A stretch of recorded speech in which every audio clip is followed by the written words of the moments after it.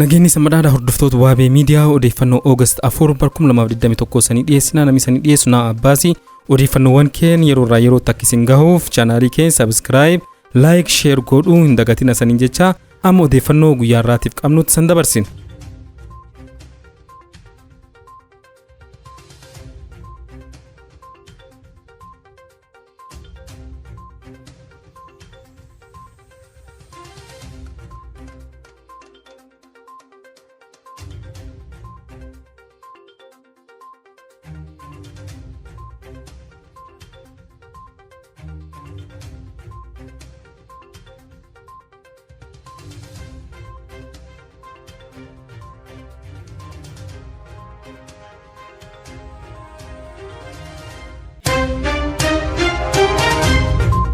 Muummichi ministeera Ethiopia gaafii michuu isaa muummichi ministeera Suudaan irraa gara TPLF waliin marii akka gaggeessaniif dhiyaatee fudhachuu dhaga'ame. Muummichi ministeera Ethiopia Abiy Ahmed gaafii michuu isaa muummichi ministeera Suudaan kan ta'e Abdallah Hamdok irraa mootummaa isaa fi garee hidhattoota TPLF jidduutti marii gaggeessuuf dhiyaateef kan fudhate ta'uu miidiyaan biyya Suudaan Al-Hadas Al-Sudaanii jedhamu gabaase. Miidiyaan kun odeeffannoo afaan Arabaatiin tamsaaseen qabxiiwwan qaamoleen lamaan irratti mari'achuuf jiran ilaalchisee wanti ifoomsin jiru lolji 8 dur naannoo Tigraayitti garee TPLF fi mootummaa Itoophiyaa jidduutti jalqaban mootummaan federaalaa tarkaanfii dhukaas dhaabuu fudhadheen naannichi gad lakkisee bahee jira jechuun labsus lolli naannichatti godhamu akkuma tuufee jira. Humnoonni TPLF immoo mootummaan injifatamee naannoo Tigraay lakkisee bahee malee tarkaanfii lol dhaabuu hin fudhannee jiru. Akkasumas sangulaagaaleen kan dur kaa'an guutamu as lol kan itti fufan ta'uu ibsan. Adeemsa jaarsummaa muummichi ministeera Suudaan Abdallah Hamdokiin qaamolee lamaan jidduutti godhamu ilaalchisee garee TPLF ta'ee qaama mootummaa federaalaa irraa hanga ammatti wanti jedhame hin jiru. Xilahuun yaamii hidhaa umrii guutuun adabame. Ajjecha weellisaa Haacaaluu Hundeessaatiin kan himatame Xilahuun yaamii hidhaa umrii guutuun akka adabamu manni murtii olaanaa federaalaa Ramaddii Lidataa dhaddachi yakkaa farra shororkaa fi dhimmoota heeraa lammaffaa murteesse. Manni murtichaa himatamtoota sadeen Xilahuun yaamii Kabbadaa Gammachuu fi Abdii Alamaayyoo irratti murtii adabbii kan dabarse Har'aa Guyyaa 3 2021 dhaddachi ooleen. Himatamaan lammaffaan Kabbadaa Gammachuu hidhaa cimaa waggaa 18 yoo adabamu himatamaan sadaffaan Abdii Alamaayyoo ammoo hidhaa salphaa ji'a 6 itti murtaa'eera. Manni murtichaa beellama darbe irratti himatamaa tokkoffaa Xilahuun yaamii ragaa gandarraa dhiyeeffatu sababa hin dhiyeeffanne jedheef murtii kibxata kanatti beellamee ture. Dhaddachi har'a ool kanaanis weellisaa Haacaaluu Hundeessaa irratti kallattiidhaan dhukaasuun kan himatame Xilahuun yaamii hidhaa cimaa umrii guutuutiin akka adabamu murteesseera. Xilahuun yaamii sababoota adabbii naaf hir'isan jedhu hawaasa keessatti amala gaariin qaba maatii gargaara sababa hin baranneefin yakka raawwadhe kan jedhu dhiyeessee ture. Abbootiin alangaa gama isaaniitiin Xilahuun yaamii abawoo shanii fi wayyaanii wajjin ta'uun mootummaa fonqolchuuf akka raawwate faayidaa dhuunfaatiif lubbuu balleessa akkasumas hawaasa keessatti hokora uumuuf yakka kan raawwate jechuun adabbiin akka itti cimu gaafate. Manni murtichaa sababoota adabbii hir'isan jedhee Xilahuun yaamii dhiyeeffate keessaa hawaasa keessatti amala gaarii qabaa ture kan jedhu qofa fudhate. Himatamaan lammaffaan Kabbadaa Gammachuu gama isaatiin sababoota adabbii naaf hir'isan jedhu wal fakkaataa ta'an dhiyeessus fudhatama kan argate hawaasa keessatti amala gaarii qabaa ture kan jedhu qofa fudhate.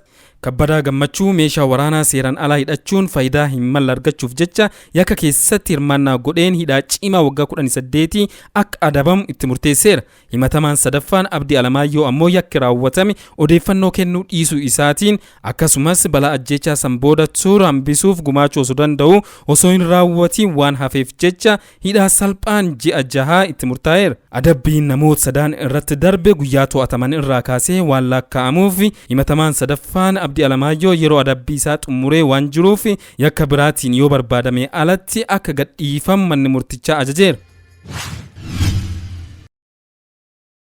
Magaalaa Naqamtee keessatti misirroon tibbana fuudh ajjeefame. Lixa Oromiyaa Wallaggaa Bahaa magaalaa Naqamtee keessatti misirroon ajjeefamee argame. Misirroon Gammachuu Moosisaa jedhamu dheengadda sanbata darbe jechuun adoolessa 31 2021 sirna gaa'el isaa raawwate gammachuu isaa qoodataa wayita jirutti as buuteen isaa dhabamu miidiyaa hawaasaa irratti haasawamaa ture. Dargaggoon kun qaama ammaaf eenyummaan isaa hin beekamneen erga buutamee booda hara naannoo Haroo Sorgaatti reeffi isaa argamuun eeramee jira. Kun ammoo wayita maatiin gammachuu ofii ibsataa jirutti raawwachuun daran miiraaf qalbii ummataa tuquu isaa maxxansaalee miidiyaa hawaasaa garaagaraa irratti maxxanfamaa jiru irraa hubatama. Dargaggoo Gammachuun eenyuun akka ajjeefame hanga gabaas kan qopheessinetti wanti ifa ta'e hin jiru. Odeeffannoo biraatiin immoo kibba Oromiyaa godina Baalee Bahaa magaalaa Gindir keessatti ilmaan Oromoo hidhaan dararamaa jiraachuun himame. Ilmaan Oromoo Suufii Umarii fi Mohammed Jamaal jedhaman badii tokkoon alatti baatii 9 oliif dararamaa akka jiran gabaafame. Haaluma fakkaatuun Oromiyaa kutaalee garaagaraa keessatti hidhaa fi raarsaan akka malee hammaachuu odeeffannoon ni addeessa.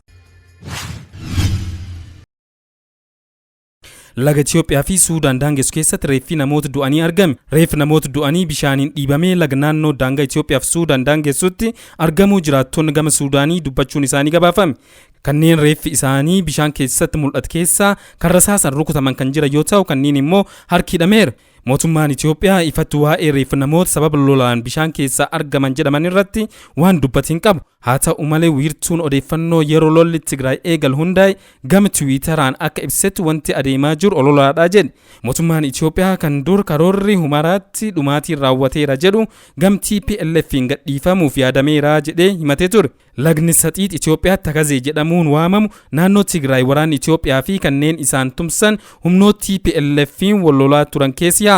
Ogeessi fayyaa lammii Ethiopiyaa yeroo lolli ka'e humaraa gar Suudaan baqate torbaan darbe reeffi namoota 10 owwaalchisuu Rooyitersiif hime.